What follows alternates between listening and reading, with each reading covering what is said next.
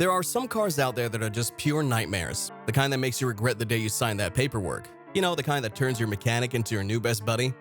But even among the worst of the worst, some stand out as true legends of unreliability. So get ready, because today we're taking a deep dive into 11 of the most unreliable SUVs out there. Number 1. QX50. The QX50's engine comes with a 2.0-liter turbocharged 4-cylinder engine equipped with some complex variable compression technology.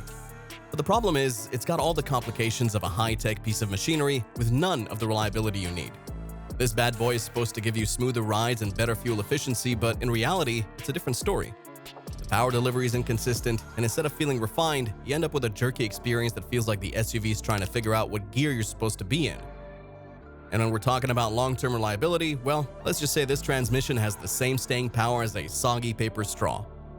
The QX50 has a knack for becoming a financial nightmare even before you hit that 60,000-mile mark. From engine noise to complete power loss, some unlucky owners have found themselves stuck on the side of the road more times than they'd like. Number 2. Tesla Model X. First off, let's talk about that yoke steering wheel. It's a fancy bit of kit, sure, but when you're trying to honk the horn in an emergency, you might end up fumbling around. The horn isn't where you'd expect it to be. You have to find a tiny spot on the yoke instead of just slamming the center. And when you're turning, forget it, that horn is lost in the shuffle. In a moment when seconds count, this thing might just be the reason you don't. And don't even get me started on the gear shifting situation. Imagine having to swipe a screen to go from reverse to drive, and the darn thing just decides it doesn't want to cooperate. You're sitting there thinking you're about to pull out of a spot, but nope, the car's still in reverse, and you're just praying it gets its act together before you end up backing into a tree. It's like Tesla traded common sense for a gadget gimmick. It looks cool, but when you need reliability, you're out of luck. The Model X also loves to surprise you with some extra character, like its falcon wing doors. Sure, they look like something straight out of science fiction, but in real life, they're more trouble than they're worth. Those sensors are supposed to keep the doors from hitting anything, but let me tell you, they've got a mind of their own. I've seen them trying to open right into a car mirror, and trust me, that's a conversation with your insurance company nobody wants to have. Fancy ain't always practical, folks. Now let's get to the real kicker, reliability scores. Consumer Reports slapped this thing with a 2 out of 5. That's right, all that horsepower, all that tech, and it still can't get a passing grade when it comes to just being dependable. When you're shelling out big bucks for an SUV, you'd expect it to handle the basics, like, I don't know, working when you need it to. But with the Model X, it's like you're paying extra for the privilege of a new surprise every week, and not the good kind. So yeah, if you're looking for an SUV that'll get you past 60,000 miles without a bunch of headaches, you might want to keep on walking past the Tesla dealership. Sometimes the best tech is just keeping it simple. And the Model X is proof that all the gadgets in the world can make up for good old-fashioned reliability. Number 3. Ford Explorer 5th generation from 2011 to 2019. It's been called one of the most unreliable SUVs out there, and today we're going to dig into why this thing just won't make it past 60,000 miles without giving you a headache or two. Now, you know me, safety comes first, and if you step on the gas and the Explorer says, "Nah, I think I'll just chill here for a minute," we've got a problem. The 5th generation Explorer is notorious for its throttle body issues. Press down on that accelerator and sometimes, nothing. This happens because the vehicle's electronic throttle body has a nasty habit of going on the fritz, and when it does, the car will go into what's called limp mode. Imagine wanting to zoom on the highway and suddenly you're barely crawling along, hazards on, hoping you can make it to the next exit. Yeah, not ideal. And don't get me started on the evap purge solenoid. You'll fuel up, get back in, turn the key, and surprise, it doesn't want to start. It's linked to code P1450, and nothing makes a driver happier than seeing another dashboard light. Fixing it means testing, blowing air through hoses, and probably wishing you just bought a Toyota instead. The door ajar light? Oh yeah, it loves to play games. The door might be closed, but the car will tell you otherwise. Dome light on, alarms not setting, constant paranoia whether your door is actually closed. Then there's the carbon monoxide issue. Yeah, you heard that right. Some folks have reported feeling sick because of exhaust fumes making their way into the cabin. Headaches, nausea, the whole 9 yards. Let's just say if you want fresh air, you might be better off on foot than in the back seat of a 5th gen Explorer. Number 4. Jeep Wrangler. Now, don't get me wrong, the Jeep Wrangler is an off-road legend, but when it comes to everyday reliability, it's got more red flags than a bullfighting arena.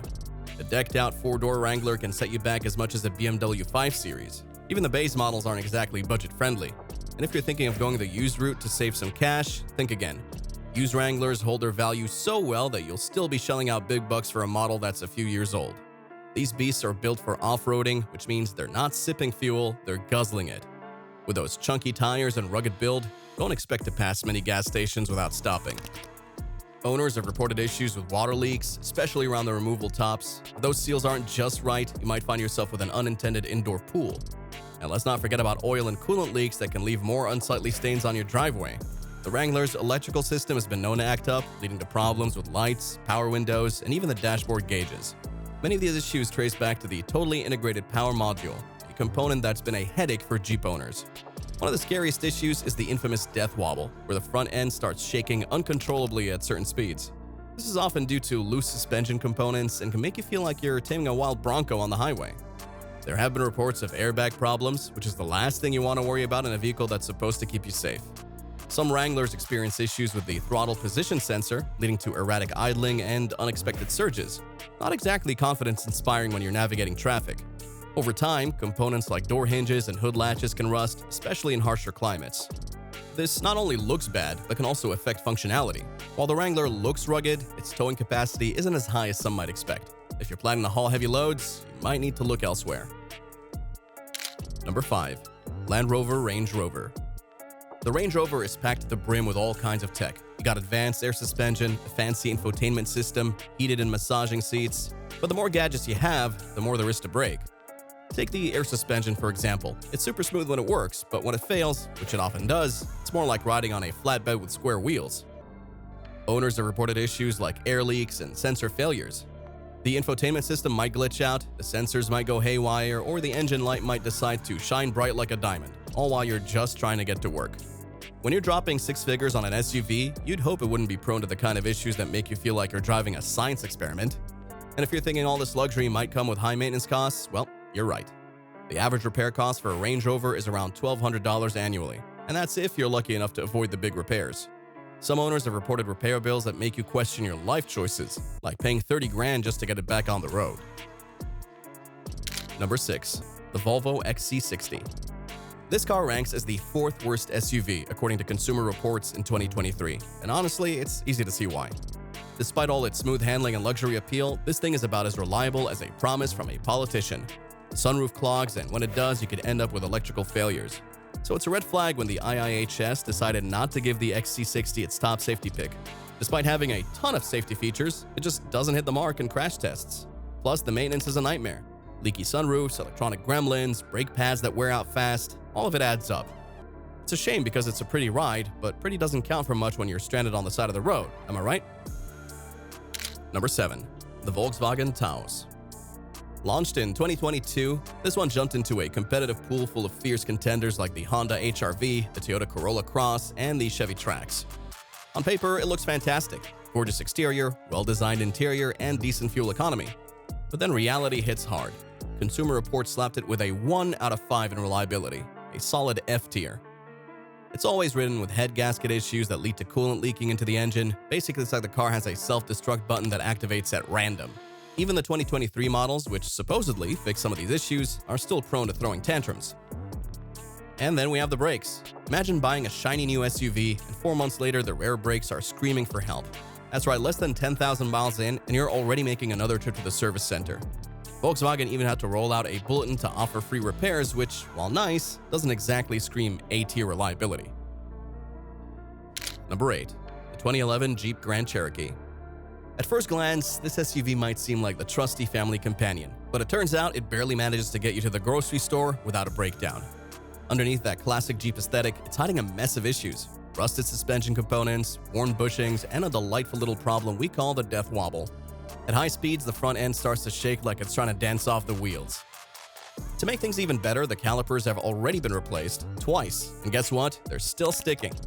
This means uneven braking, which leads to one wheel getting hotter than the other and shaking all over the place. Mechanics have tried everything from new joints to new rotors, but it's like putting a band-aid on a sinking ship. The rust, bad parts, and subpar design have all conspired to make this Jeep a nightmare once it starts getting up there in age.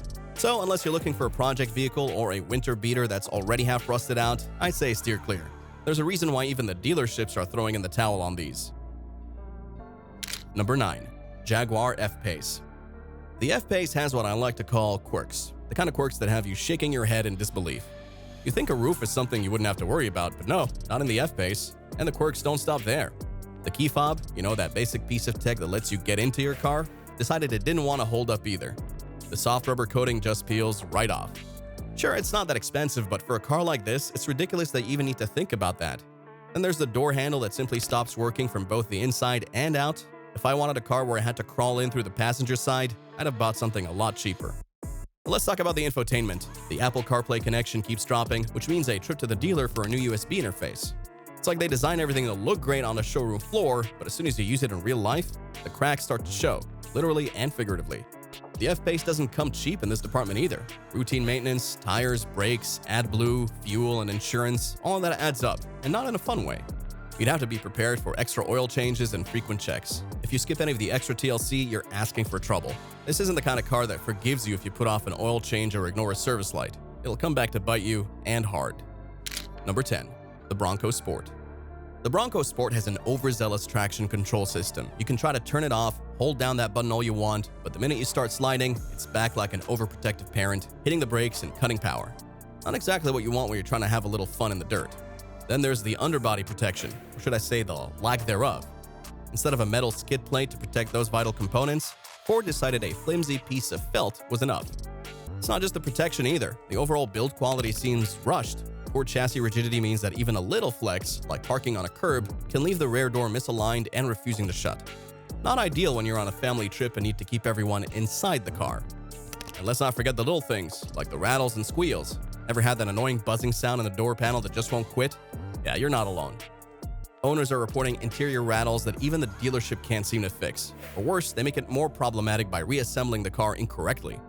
Add in the squeaky brakes when you reverse and a fragile windshield that can crack from just about anything, and you've got a cocktail of annoyances that'll have you pulling your hair out. Number 11. The Nissan Rogue.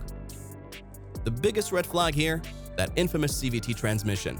Now, Nissan went with a continuously variable transmission to make your ride smoother and more fuel efficient. But for the Rogue, this thing tends to go rogue on its own. Instead of giving you a seamless ride, it's more like playing a game of roulette every time you hit 60,000 miles. Will it slip? Will it overheat? Will you end up shelling out a couple grand because it just gave up? Unfortunately, these are all too common. And it doesn't stop there. You might be cruising along, thinking everything's fine, when suddenly the engine decides it's had enough. Overheating, knocking sounds, power loss, you name it. And with a design that's got more complexities than my taxes, even a minor issue can turn into an expensive fix. If you've got a Rogue, you're probably hoping it'll just hang in there. And if you're considering buying one, well, maybe leasing is your better bet. Why own a headache when you can just rent one and give it back before it decides to start acting up? So have you ever had an SUV give out way sooner than expected? And if you've driven a Rogue, did you ever run into that infamous CVT problem? Or did you manage to dodge that bullet?